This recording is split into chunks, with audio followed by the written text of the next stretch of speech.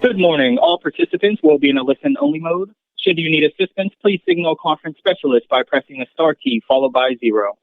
After today's presentation, there will be an opportunity to ask questions. To ask a question, please press star, then 1. And to withdraw your question, please press star, then 2. You may submit questions also via X by sending a post to @TMobileIR, @MikeSievert, or Srini Gopalan using hashtag TMUS. I would now like to turn the conference over to Kathy Yao, Senior Vice President of Investor Relations for T-Mobile US. Please go ahead. Good morning. Welcome to T-Mobile's third quarter 2025 earnings call. Joining me on our call today are Mike Sievert, our President and CEO, Srini Gopalan, our COO and incoming CEO, Peter Osvaldik, our CFO, as well as other members of the senior leadership team. During this call, we will make forward-looking statements which involve risks and uncertainties that may cause actual results to differ materially. We encourage you to review the risk factors set forth in our SEC filings. Our earnings release, investor fact book, and other documents related to our results, as well as reconciliations between GAAP and non-GAAP results discussed on this call, can be found on our investor relations website. With that, let me now turn it over to Mike. Thanks, Kathy. Great job. Good morning, everybody. Well, as you can see, Srini and I are here in New York with the senior team, ready to discuss another truly extraordinary quarter for T-Mobile. But first, let me do a couple of welcomes. I want to first start by welcoming Andre Almeida to the team and to the table. Andre is a deep industry expert and a longtime colleague of Srini's, and he has also been a strategic advisor to me on many topics for many years, and I am so happy that he is here leading such a big part of our team. Thanks, Mike. Thank you very much. And also, you all know Dr. John Saw, now serving as our President of Technology and resident genius. John, thanks for stepping into this expanded role for us as President of Technology. John and I go way back to 2009 at Clearwire. Yes. So together and separately, we've been stewards of this centerpiece of T-Mobile's 5G spectrum strategy for a long time. Yes. It's great to have you here as our President of Technology. Thank you, Mike. All right. Well, let me just start by saying this. This call is an especially meaningful one for me, as it actually marks the 50th quarterly earnings report for T-Mobile. And that means it's also my 50th report here. I've been here for every single one to offer my perspective and to help shape our narrative about the future, and I have had a blast. Leading this company over the past 13 years has been the honor of a lifetime. Together, we've transformed T-Mobile from a distant number 4 player in crisis and decline into the world's most successful and customer-centric telecommunications company. I've seen T-Mobile go from last to first, with the best network, the best value, the best customer experience in the market. And today, that margin of our differentiation is only widening, and the growth and financial momentum that flows from this, in many ways, only just beginning. I'm excited to continue to support this team right here and the strategies that enable this success in my new role as Vice Chairman. Just a few weeks ago, I talked about what it means to get CEO succession right. That you do it when 3 things are true. First, when the company has never been more successful. Second, when the opportunity ahead has never been more exciting. And third, and most importantly, when the leader to take us into the future is fully ready. Q3 is living proof that all 3 are true for T-Mobile right now. Now, Srini is going to cover the results here in a minute with you, but I just want to say, wow, what another spectacular quarter. This team once again delivered the thoughtful, profitable, and durable growth for which we are known.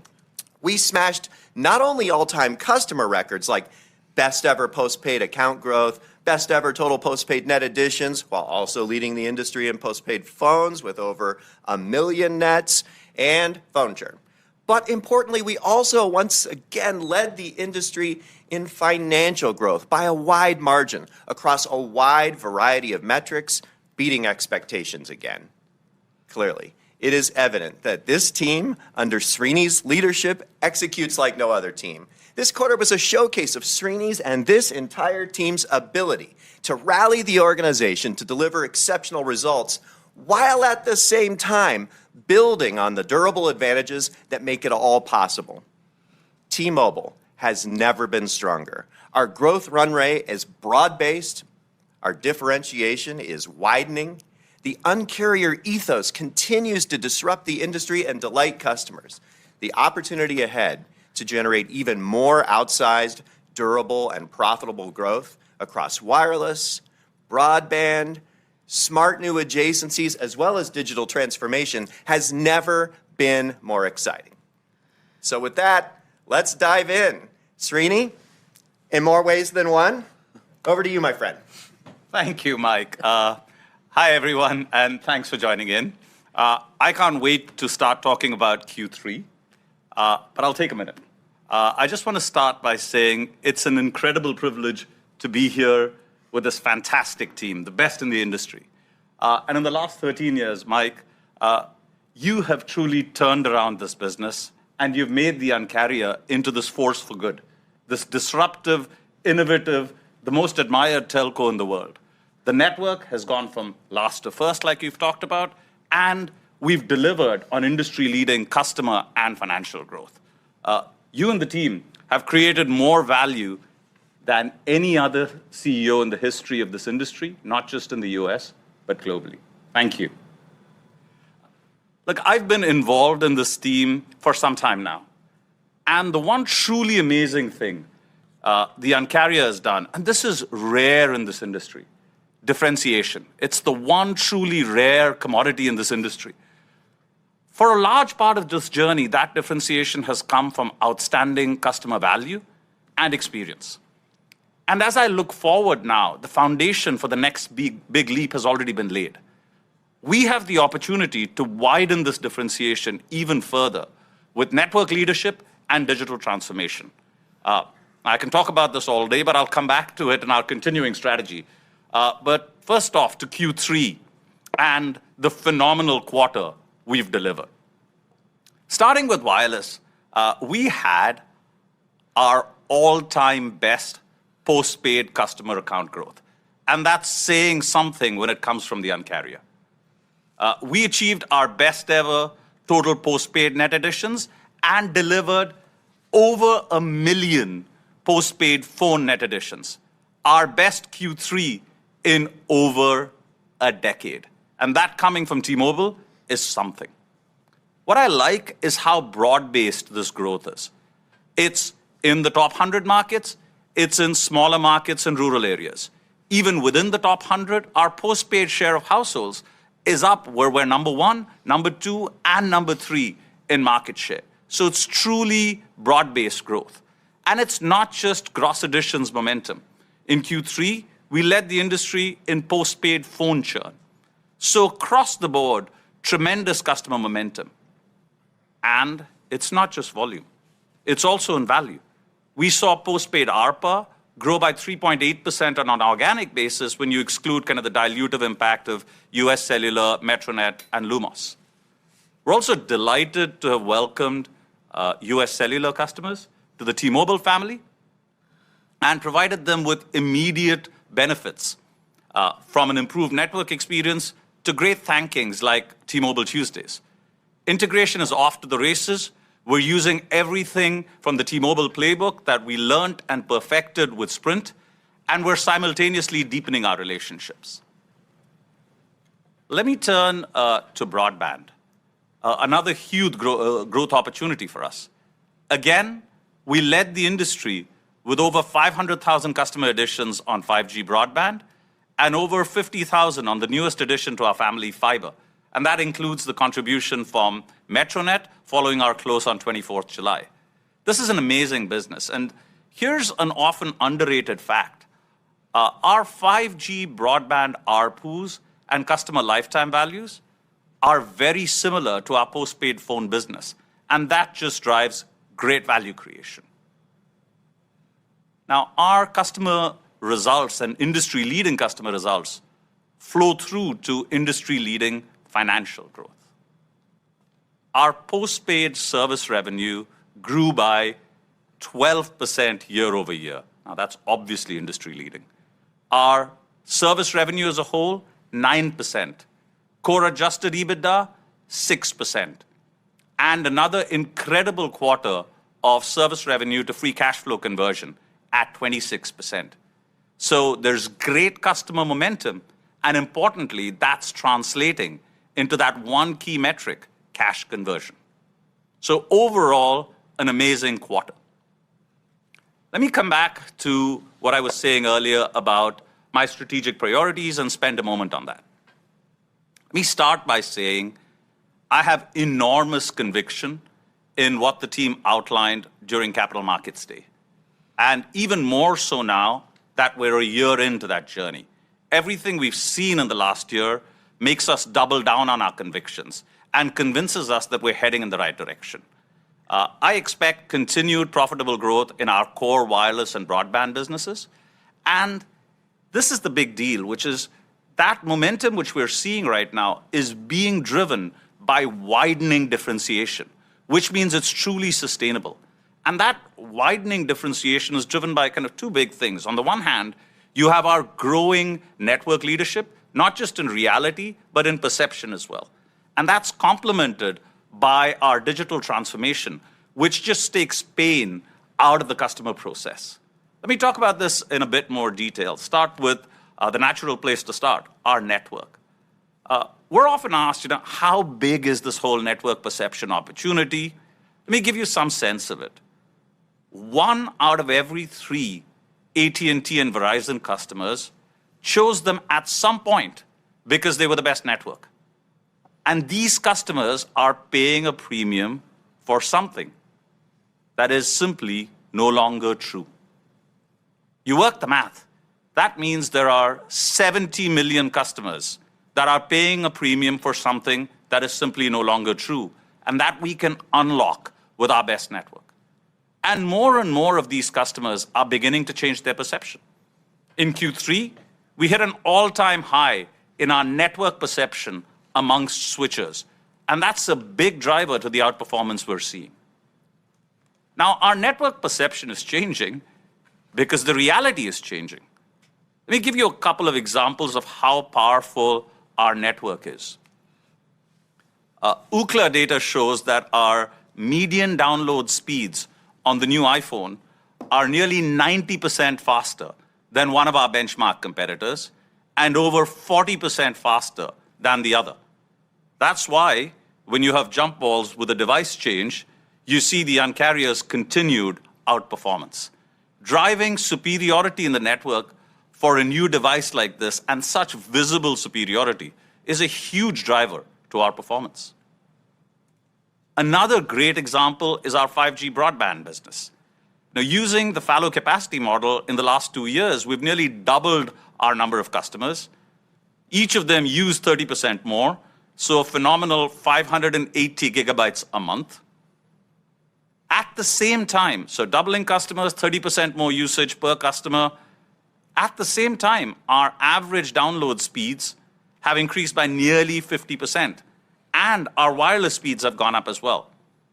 That's what an ultra-capacity network truly looks like. And we're not standing still. So we're making progress on perception. The reality is only getting better, and we will not stop. We're not standing still. We're building and upgrading thousands of new cell sites, many of which are in smaller markets and rural areas, and we're deploying and leveraging our nationwide 5G advanced network. I want all of you to know that I am committed to not only being the network leader of today, but also investing tirelessly to defend and widen the margin of our network leadership for tomorrow. Let me talk a bit about digital transformation. The amount of friction and frustration we cause customers today because of our processes and the state of evolution in this industry is phenomenal. We have a huge opportunity to change that with our digital transformation. And we saw great progress in adoption. Now, I love this stat. 3 out of 4 of our iPhone upgrades during our pre-order window were digital. That is widening differentiation. Together with the stats I shared with you about network quality, that creates a moment where it's clear that we're different. And T-Life continues to be the center of our digital engagement with over 85 million app installs. Look, I can sit here all day and talk about all of this, but ultimately what will matter is our results going forward, quarter after quarter. And Q3 is just another proof point that the Un-carrier strategy is working, that our differentiation is widening. Now, Peter will give you an update shortly on our guidance. I just want to say that I'm really excited to discuss our guidance in detail for 26 and 27 on our year-end call. I plan on increasing our guidance for 26 and 27, and that reflects the core strength in the underlying business and M&A. And I'm looking forward to our future. And as I look at it, it's even better than what we said a year ago. Let me conclude by saying our differentiation's only widening. This team's ability to deliver is totally unmatched. We've come a long way, and our most exciting days are ahead of us. Our future is bright, our vision's clear, our results will continue to speak for themselves as we march towards our lofty long-term goals. With that, over to you, Peter. All right. Thanks, Srini. Hey, as you can see, we had a fabulous Q3, which underpins the confidence in our increased guidance. So starting with customers, we are raising our expectation for total postpaid net additions to now be between 7.2 to 7.4 million, an increase of just over 1 million at the midpoint. As part of that total, we are also increasing our expectation for postpaid phone net additions, now expected to be 3.3 million, highlighting the tremendous momentum we're seeing in the business. And on the strength of our T-Fiber rollout, we are also raising our fiber customer net additions guidance to be approximately 130,000 this year, up from approximately 100,000 previously. We now expect postpaid ARPA growth of at least 3.5% for the full year, including the dilutive impacts of US Cellular, Metronet, and Lumos. Excluding the impacts of US Cellular and the fiber JVs, our underlying ARPA growth is now expected to be up approximately 4% for the full year. We now expect core adjusted EBITDA to be between 33.7 and 33.9 billion for the full year, an increase of 300 million at the midpoint, reflecting our ongoing core operating strength and the inclusion of US Cellular into our full year guidance. And speaking of US Cellular, in September, we both increased our synergy guidance to 1.2 billion in total OPEX and CAPEX run rate synergies and accelerated the timeline to realizing those run rate synergies to within 2 years of close. As part of that accelerated synergy realization plan, we expect to incur approximately 300 million in costs to achieve in Q4, primarily driven by merger-related costs related to US Cellular, which will be excluded from core adjusted EBITDA. In network, where we remain focused on using our customer-driven coverage model to both defend and expand the margin of our network leadership, the merger also allowed us to accelerate a broader network transformation initiative focused on optimizing customer experience and value through cell site location optimization. As part of this effort in Q4, we expect to incur approximately 160 million in additional expenses related to cell site decommissioning that will be excluded from core adjusted EBITDA. With all M&A and financing incorporated, we anticipate Q4 depreciation and amortization expense of approximately 3.7 billion and interest expense of 1 billion. All right, turning to cash CAPEX, we now expect cash CAPEX to be approximately 10 billion, an increase of 500 million driven entirely by the inclusion of US Cellular. And we now expect adjusted free cash flow, including payments for merger-related costs, in the range of 17.8 to 18 billion, representing an increase of 200 million at the lower end of the range. All right, to sum it all up, not only did our results continue to demonstrate our ability to consistently execute and deliver outsized and profitable growth, we could not be more excited to carry our strong momentum far into the future. So with that, I'll now turn the call back to Kathy to begin the Q&A. Kathy? Thanks, Peter. All right, let's get to your questions. You can ask questions via phone by pressing star, then 1, and via X by sending a post to @TMobileIR, @MikeSeaver, or @SriniGopalan using hashtag TMUS. We will start with a question on the phone and wrap a few minutes early for closing remarks today. Operator, first question, please.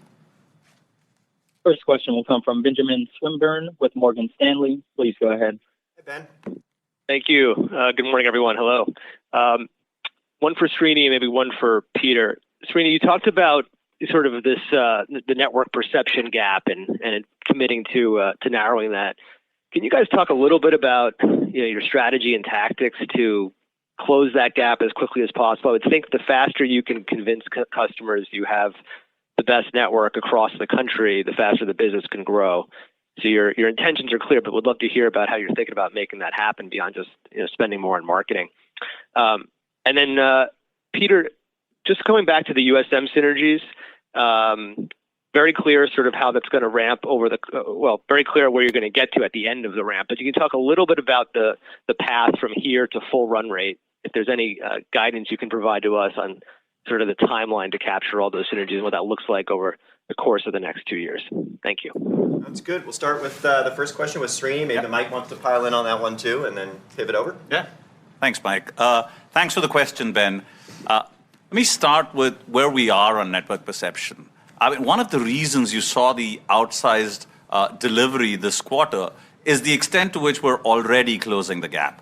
I mean, if you look at this quarter, you saw at the margin more switching behavior. I mean, that's due to a few different things. You had a new device going in. You also saw kind of churn normalization, partly driven by the fact that some of our competitors had 36-month contracts over a period of time, et cetera, all of which meant at the margin more switching.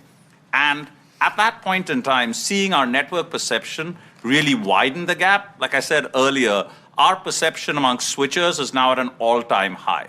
That's what drove some of the volume. So that gives you some sense of the critical impact this has. To your piece of what are we going to do about it, I think this is something we will attack across multiple vectors. Marketing's clearly one piece of it. There's also a reality, which is network perception ultimately is an incredibly local thing. It's down to how each customer feels about it. And when we think about activating all of our channels, activating digital to actually speak to customers at an individual basis, this is where some of our digital transformation and our network perception, our two big initiatives, actually have a huge overlap.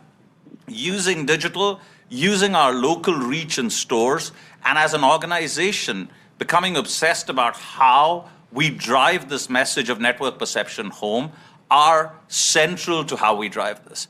The other piece is also just making it easier to come to us because network perception is a barrier and inertia is a big part of network perception. So a lot of the stuff that we're talking about in our digital transformation just makes it a lot easier to come to us. And again, 75% of our upgrades, and you'll see an increasing number of our acquisition will come to us through digital channels. And that reduces a lot of the barrier of the switch, because one of the big barriers is just kind of, I kind of get that T-Mobile now has the best network, but am I going to take the time to do it? So it's a multitude of initiatives, and to a large part, it's the intersection space between our digital transformation and our network perception. Anything to add, Mike? Yeah, the only other two things I'd say is continuing to have the best network. We have a network that's 2 years ahead of everybody else. We've talked about it being still 2 years ahead 2 years from now, and making sure that we're widening that gap. And we've talked a lot about our strategies using things like customer-driven coverage to direct our network capital into places that really matter for customers, to improve their experience, to make sure that they have the best possible experience there.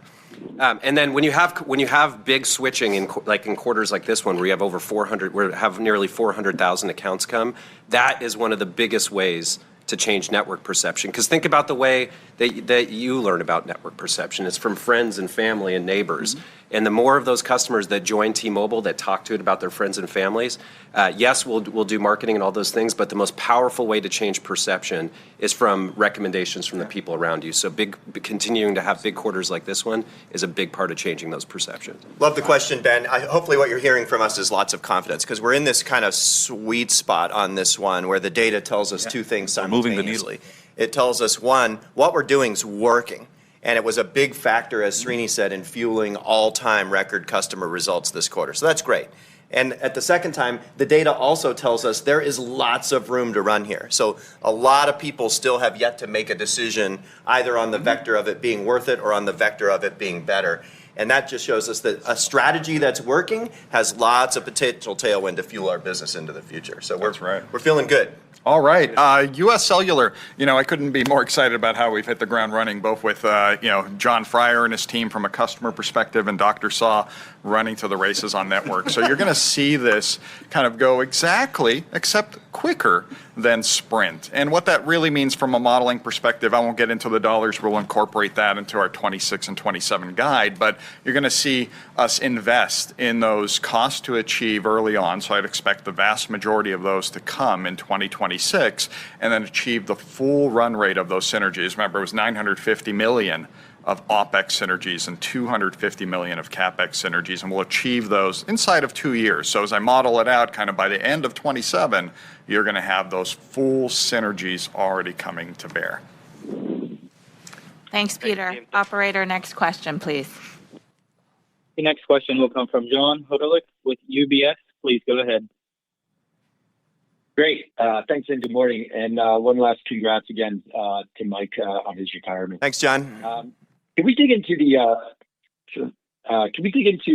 broadband business? I guess first on the fiber, you guys had some new disclosures, but I guess for Srini, how big of an opportunity do you think this sort of fiber business is? I know you have targets out there for homes passed, but can you talk about how many sort of homes passed you have now at fiber? How do you expect that to grow? Any targets for penetration? And then maybe comment on the sort of environment for more deals to potentially back up the JVs you already have out there.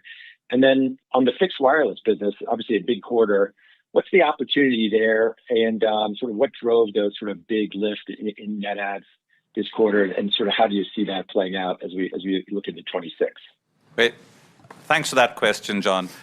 So look, I'll really talk about the big picture in terms of how we see broadband as an opportunity first, and then spend a few minutes on FWA as well as fiber. We're really excited by the broadband opportunity. This plays to the heart of the Un-carrier, because what we've got here is customers in a place where they have an inferior product quite often, where they're paying a huge premium. It's classic Un-carrier territory, going in and attacking incumbents who have not invested in their networks and who are charging a large premium for a product that isn't living up to expectations. Now, we'll go after that with both FWA as well as fiber. We see those as complementary. And the way we think about both those businesses is setting them up in a way that the economics allow us to pursue the Un-carrier strategy. What I love about FWA is the heart of it is the fallow capacity model.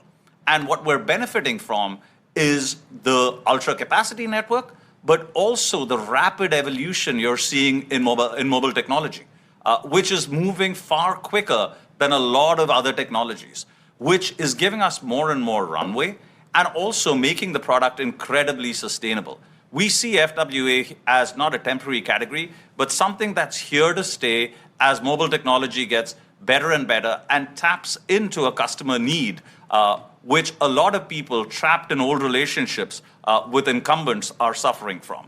Fiber, again, we've been very thoughtful about setting up the economics in a way that we can scale and sustain this business. The way we've thought about fiber is go after specific places where we're confident that the economics will work for us to create a win-win situation for customers. That's been the heart of the areas that we've picked fiber, places where we're either first to fiber, near first to fiber, places where we believe we can set up these JVs that allows us to be capital light, also these JVs allow us to bring complementary skills into the things that we bring to the table, like distribution, like the brand, along with the expertise that those folks bring in. Now, we've talked about numbers on both of those. Let me just hand over to Andre to share his perspective on the scalability of these businesses. Thank you, Srini. Listen, as you said, and I'll just double click on a couple of the topics. One, I think we're very, very happy with our FWA results. I think as Srini mentioned in his opening comments, we did more than 500,000 net adds. That's an impressive 22% year-on-year growth. So we see a lot of strength and a lot of runway. And what I think has been outstanding about our FWA product is it's not just industry leading, something we introduced into the US in 2021, is the product keeps getting better. In 2 years, the speeds that we're giving our customers have gone up 50%, while we almost doubled the base of customers we have. So this is clearly, as Srini mentioned, a very sustainable product that we see is here for the long run. On fiber, I think we've been very consistent. We see this as a great complement to our FWA nationwide offer. And we love the business under the right parameters, as Srini said. And these parameters for us have always been threefold. One is technology. We love fiber. And we love the fact that we can be present in the two technologies that are gaining share in the US market, FWA and fiber. The second one is price. We go into fiber and FWA to create outsized returns for our shareholders. That means we need to be able to look at these opportunities at the right price, at the right valuation. And lastly, as Srini mentioned, is structure. We are committed to our capital light structure because it not only allows us to scale, but it also allows us, as Srini mentioned, to use complementary capabilities. We're great at what we do. Our brand translates very strongly into fiber, and our early results show it. But we also love to bring in partners that are experts in building out and to make sure that the two of us together can create the best of both worlds, and as Srini mentioned, a win-win for customers. So, John, hopefully what you're hearing is lots of confidence in the numbers that we've put out. We've said 12 million fixed wireless access. We've said 12 to 15 million homes passed on fiber. Are we looking at new assets? Yes, as long as they fit the criteria that Andre just laid out. But you know what this team is like. We put a set of numbers out there. You can see the confidence we have in hitting those numbers, and then we strive to exceed them. That's exactly what you should expect in broadband as well. All right, great. Let's move on to our next question, please. The next question will come from Sam McHugh with BNP. Please go ahead. Yeah, morning, guys. Couple of quick questions. First, on just running some numbers on cost of acquisition, it doesn't look like you're spending a ton more on a per sub basis to acquire these customers versus recent quarters, which I think is quite encouraging. But can you just tell me what you're seeing in terms of SAC and SLC as well and the competitive environment? And I guess related to that, Srini, you talked about digital customer acquisition. I'm a Verizon customer, so apologies. I've been trialing the T-Mobile network with the T-Life app and the eSIM. Is that what you're talking about when you think about pushing digital for customer acquisition? Should we expect you to be a bit more vocal about the ability for competitor customers to trial the T-Mobile network and then go through the customer acquisition journey through the app? Is that what we're looking at? Thanks. Well, let's start with Peter on the first question and then maybe turn to Srini on the second question. We probably won't be able to give you as much as you're hoping for on this, Sam, telling you all of our plans on how we're going to compete. So you might be a little unsatisfied, but we'll start with the one we can answer. Absolutely. Yeah. Good. You're not asking for my spreadsheet this time, Srini's. Look, you're absolutely right in terms of we continue to see extremely strong customer lifetime values. And from a SAC perspective and, everything that comes from that, including linkage of our top tier promos primarily to highest tier ARPU plans. And you'll love this. In fact, we now believe for the full year, we'll have ARPU increase of approximately 2%. So up from 1.5% that we had previously guided to. So that's really strong. But yes, we're continuing to see very strong customer lifetime values. And of course, it's because Promos are an element of this industry, always have been. It's great when you see promotional times like holiday seasonality because it creates more customer consideration, and in those moments we win. But one of the big tailwinds that we're also seeing that drives customer switching to T-Mobile, as we've been talking about here so excitedly, is this best value, best network, best experience proposition. And the more we're getting from a tailwind on best network, that's just another benefit in terms of why customers are coming here. So we're very excited about what we're seeing from customer lifetime values and how that translates into ARPAs and ARPUs. Yeah, so on the digital acquisition bit, Sam, as Mike said, we're not going to talk to you about all of our plans in detail. But look, a good parallel of what you should expect is what we did with upgrades. Like we said, 75% of our upgrades are now on T-Life. Now, the heart of getting there was to actually take the upgrade process and simplify it, which is to take this painful, I don't remember, John, it was what, 36 steps or something like that? Yeah. And bring that down to something which feels like a transaction you're doing in 2025 rather than in 2002. Right. It's digital acquisition and moving our customers to digital is fundamentally going after customer pain points and going after, the way we've always done things in this industry, and change and radically relooking at that process and just making it simpler to do the one thing you can't do on your wireless, which is buy wireless. Right? We feel it's kind of crazy that you can shop for any other category on your wireless except for wireless. Right? And so it's a lot more than some of the things we've been doing, like test drive and being able to try out the T-Mobile network. It's a comprehensive relook at the entire process, and we'll work at that.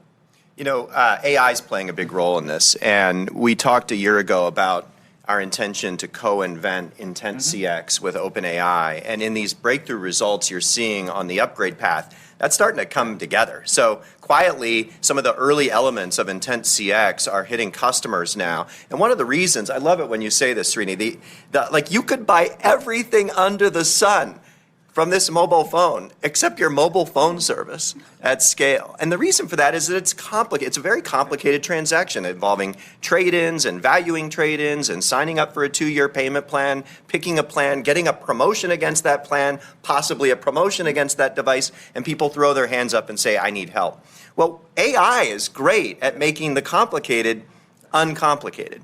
And we're seeing that in our upgrade flows. You start with your existing customers that already know how to transact with you, but there's obvious extensions here. And it's really great to see the power of this partnership starting to pay dividends. So, Great. Thanks, Mike. Thanks, Sam. Let's move on to our next question on the phone, please. The next question will come from David Barden with New Street Research. Please go ahead. Hey, guys. Thanks so much. It's really great to be here again. Srini, congratulations on the new seat. Mike, while I have you, I wanted to follow up on a couple things. One was, last quarter, you were joking with Craig about how new the satellite product was, and you didn't have any real color on what it meant for T-Mobile to be partnered with Starlink. I would love to get an update on kind of your learnings there and what that partnership means for you and how that partnership might be different than, say, AT&T and Verizon, who have invested in AST SpaceMobile. And the second thing would be just on the comments you were making about the AI stuff. A year ago, you had Sam and you had Jensen on stage, and you were talking about all the amazing stuff that AI was going to do as you kind of maybe disrupted the business model the way you disrupted the go-to-market model in mobile. Could you kind of give us where we are now on that path, and maybe Srini could add where we're going to go? Thank you. Yeah, I'll make a couple comments and then turn to Srini. First of all, how we do it is we tend, one of the things that has always worked well for T-Mobile is we look around corners. And you think about, when we kind of invented the fixed wireless industry, nobody really believed us that we would create what we've created. Now they're all following, and their best argument is, well, maybe it's temporary. Maybe it'll only last a decade. I mean, good luck with that. So we saw that future, and now we're leading that industry. When I went on stage with Elon to say we were going to co-invent satellite directly to your cellular, people didn't believe that that would happen. Some did, some didn't. But then what happened was really interesting. We did that announcement so everybody would know we had this technology alliance. And then we put our heads down and did the inventing. And it took 2 years before we came back, with a product and began beta testing it. And so, that's what we did a year ago. We talked about the future of 6G and that together we intended with the world leaders to craft 6G for the benefit of T-Mobile and T-Mobile's customers. And that an inherent part of this was this idea called AI RAN, that AI would be at the core of 6G networks and that it would be something that would be co-invented with T-Mobile's influence. And so we brought Jensen, we brought Nokia, we brought Ericsson, NVIDIA, and we laid out a future there. We did the same thing with how AI could transform subscription-based businesses. You can't just take all those models and implement them. You have to co-invent agents for every customer intention. And when you can do that, you can serve customers where they are. You can meet them with exactly what they're trying to accomplish and solve their problem and create a deeper relationship faster and more efficiently than the old way. And so these are the things we do. We lay out a future. We then go put our heads down and do them. To the question that you're asking, how are we doing at the ones we laid out a year ago? We are so pleased with it. As I said, Intent CX is well on its way. In fact, it's starting to touch customers now, which is really great. It's starting to affect our actual results, as you saw in these upgrade rates. And what we're doing in the labs together with OpenAI about how we can totally transform the customer experience is blowing our minds. So we are really excited about that. You also asked about what we see in the future as it relates to direct-to-cell and SpaceX. And, it's hard to predict right now, other than that it's going to get better. We see version 2 over the next few years is, going to be backed, as you saw in recent transactions, by more spectrum. That means as an adjacent service to terrestrial, something that adds on and makes dead zones, more of a thing of the past, it's going to get better. And that's, our whole goal here. So I don't know if you want to comment on what you're seeing, Srini, working closely with them. Yeah. So I think there's this one remarkable thing about us as a company, right, which is this ability to have a clear vision, deliver stuff today, and then build for tomorrow. Now, the same thing's true of satellite. We work very, very closely with SpaceX. I mean, the whole idea of, flying towers in space, being able to communicate with a mobile device, which is also moving. That technology is something that people like John Saw have worked very closely with SpaceX to really invent. And our vision of this whole space started off with the end of dead zones. I think we're making huge progress on that.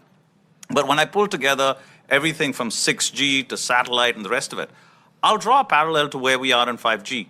We've invented a lot of this space. We're continuing to work on that. We believe as this technology matures, we will be 2 to 3 years ahead of the rest of the industry, just as we are in 5G.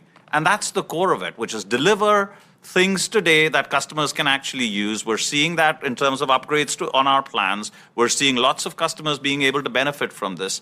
And at the same time, have this vision of the world where we will be 2 years ahead of everyone else as the technology evolves. I think the same thing is true of AI as well.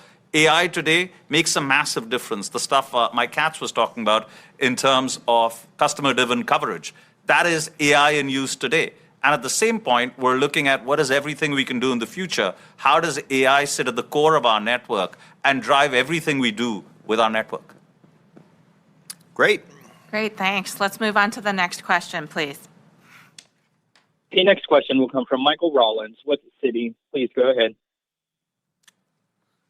Thanks and good morning. Mike, congratulations on your successful tenure at T-Mobile. Best wishes as you move on to your next role as Vice Chairman, and Srini, congratulations on becoming CEO.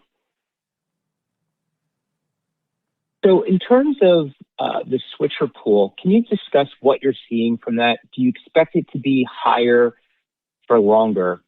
And given that you use a 2-year EIP for your devices, is there something about your customer cohorts that could result in a future increase in upgrade rates to sustain or enhance customer retention?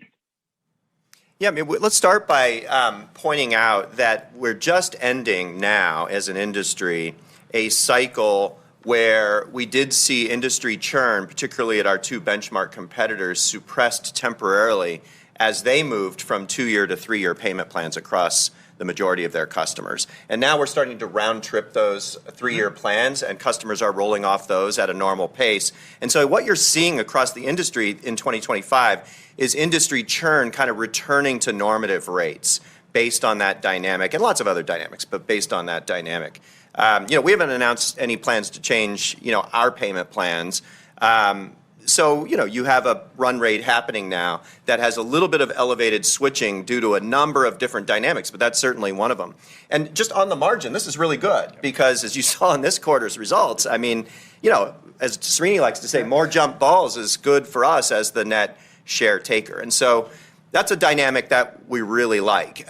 Maybe, John, you could talk about what you're seeing out in the marketplace as it relates to the state of competition. Because I know one of the things that's kind of implied in your question is that a lot of people look at our industry and they're concerned about, quote, over-investing in competition. We've covered earlier that that's not what's happening, at least not at T-Mobile. We're really comfortable with what we're seeing. But what are the dynamics driving, our outsized performance out there in the marketplace? Yeah, thank you, Mike. And thank you, Mike Rollins. The overall dynamics it's pretty consistent relative to the overall promotional activities that are happening in the market. So what you're seeing with us is this overall widening differentiation that both Mike and Srini have talked about, that more and more people are realizing that there's a far better experience with the network at T-Mobile, in addition to our long-held fame of value.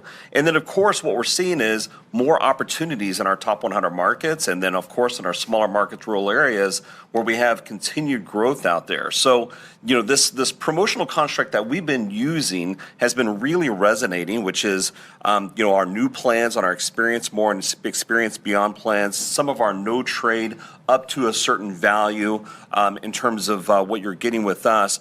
All of those promotional constructs are working really, really well. But the overall, environment is just generally being consistent. And then like what Mike said just a few moments ago, more switching in the marketplace against that backdrop is definitely helping to fuel our overall momentum in the marketplace. And of course, with lower churn and better retention that you're seeing from T-Mobile, coupled with higher gross adds, that's producing the overall volume that you're seeing in the marketplace. So we feel really good about what happened in Q3, obviously. We're seeing that momentum continue into Q4 so far, and that's reflected in the numbers and the guidance that you heard from both Srini and Peter just a few moments ago. So all of that's going incredibly well. We're excited about it. It's going against our plans, and that's what's really happening out there in the marketplace. And what about how's it affecting customer lifetime values, the state of the competition out there? Yeah, our CLVs have been very, very resilient. So, when we look at this, we don't report obviously CLVs, and we don't look at this on a daily or a weekly basis, but we certainly look at it and monitor these very, very carefully on a monthly and quarterly and ongoing basis. But overall CLVs are holding very, very constant. As you're seeing, premium plan adoption, customers self-selecting up that rate card continuing to increase, churn continuing to decrease relative to what others have seen in the marketplace. So overall CLVs are holding very, very steady across the entire portfolio. It's interesting because one of the critiques that some people have in the industry is they cherry pick one metric, such as a device promotion in a broad CLV picture for customers, and talk themselves into saying, well, competition's overheated. But that's not our experience. That might be an experience at some other companies, I don't know, but it's not our experience. And I think it's important to see because it's overall an equation of how long does the customer stay, what else do they buy from us, how deep does their relationship become, how do we monetize that relationship, how efficiently can we serve them, and so on. And all those, even Peter has been forced to admit that our ARPA guidance needs to be increased yet again, and that's saying something. So, All right. Thank you, Mike. Thanks, Mike. Next question. The next question will come from Craig Moffett with MoffettNathanson. Please go ahead. Hi, thank you. Mike, let me be on the long list of people saying congratulations on a remarkable run, and Srini, congratulations on stepping into the new role. And while I have all of you, let me also say happy birthday to Kathy. Happy birthday, Kathy. Thanks. Thanks, Greg. I want to ask about the iPhone cycle. There's been a lot of talk about this being certainly not a super cycle, but at least a more normal and more robust cycle than the last couple of years. Are you seeing that? Do you think that that's likely to have carryover into the fourth quarter? And if so, what kind of opportunities does that create, and what kind of cost does it create in terms of accelerated number of subsidies that you would have to give for retention as well as customer acquisition? Okay, great. Srini? Yeah, thanks for the question, Craig. So we're seeing, this has been our best iPhone performance. We're seeing a strong cycle. Now, to your questions of what does that land up meaning for promotions and spend and the rest of it? Look, the heart of it is every time there's a new device, people sort of reassess their choice. And that's one of the big drivers to our momentum in the last quarter. And when people reassess their choice and differentiation has widened, you see the kind of performance you saw in the last quarter.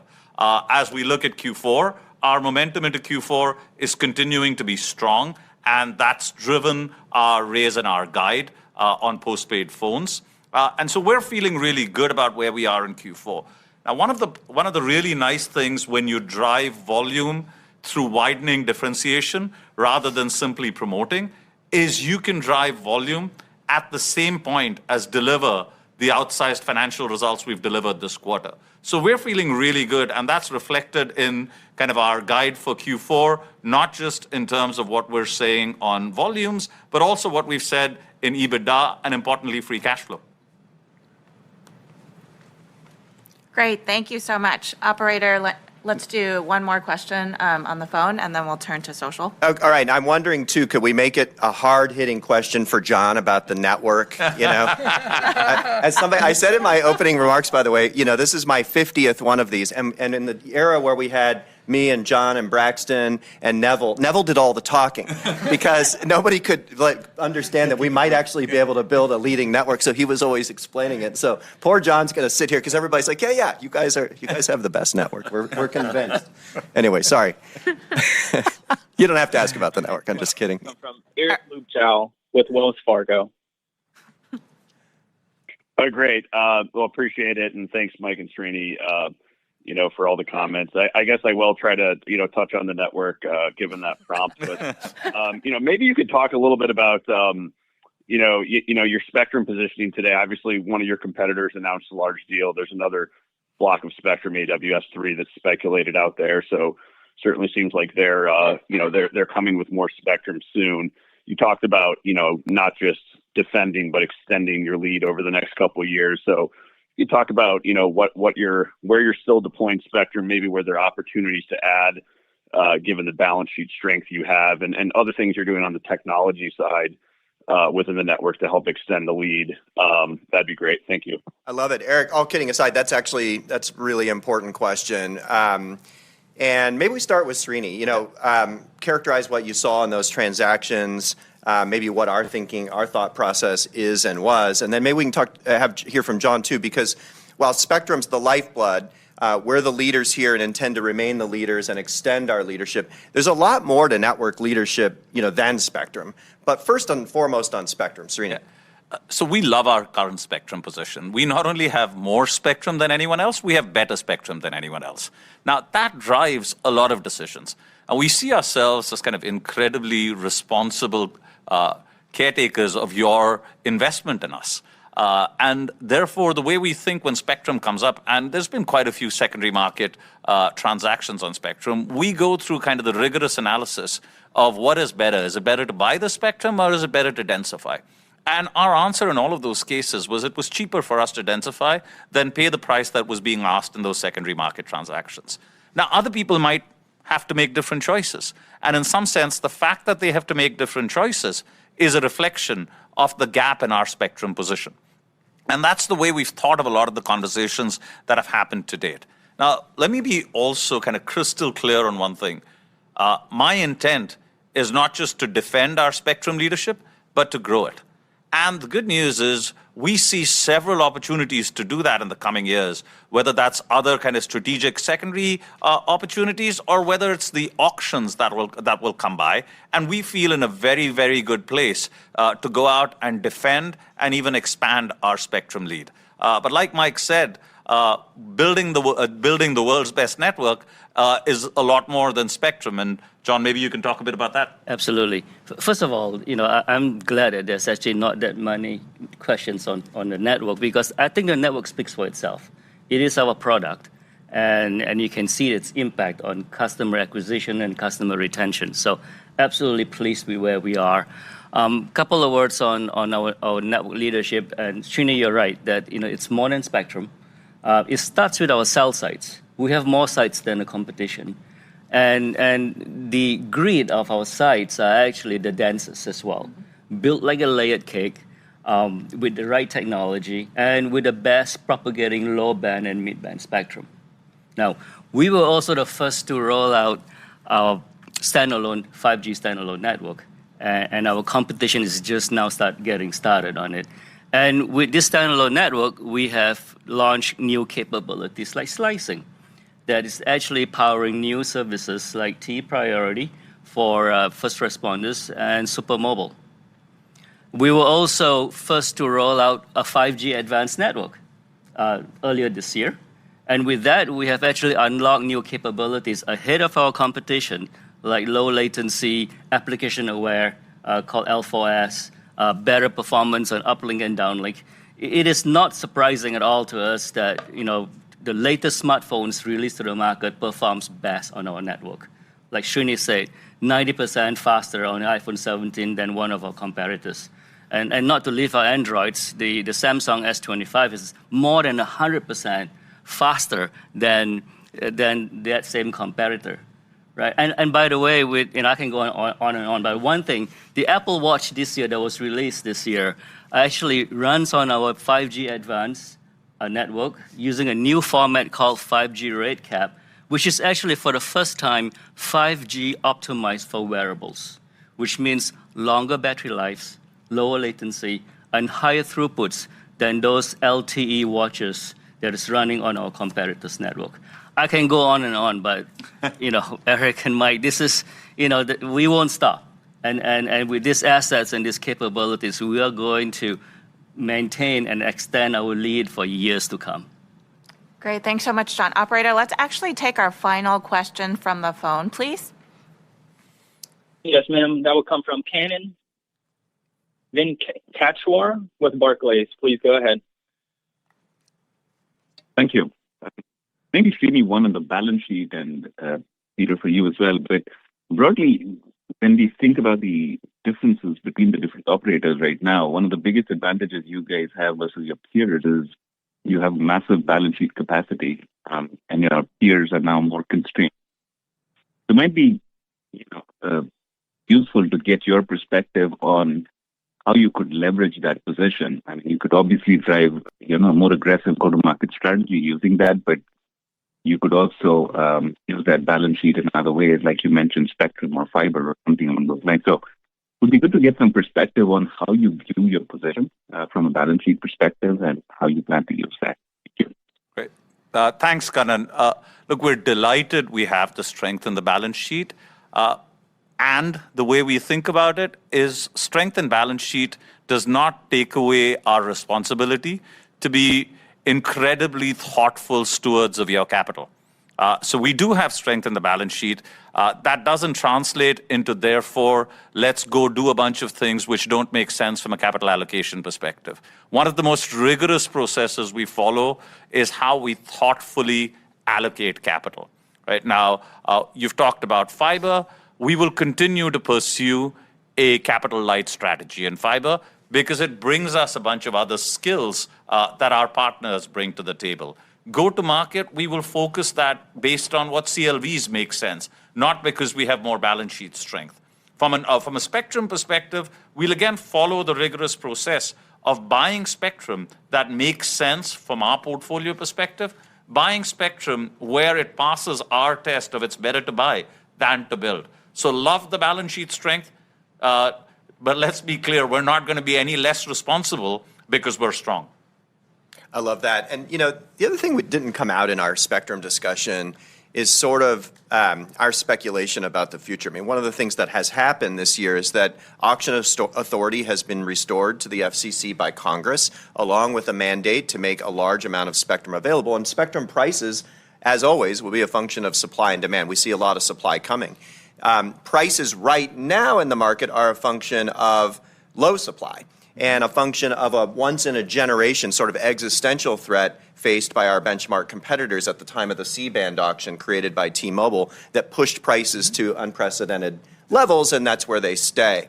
That will probably change over time. That's our bet. And the difference between us and others is that they might be in a business place where they need to act right now at these elevated prices, where we have the ability to be patient and pick our moments on spectrum. And we see those moments coming. So we, as Srini says, we will not just defend, but extend our lead over time. And certainly, entering those with a strong balance sheet's an element of it. And I just love your point that, then, like now, we will be thoughtful and we will be great stewards of your capital. So hopefully that helps.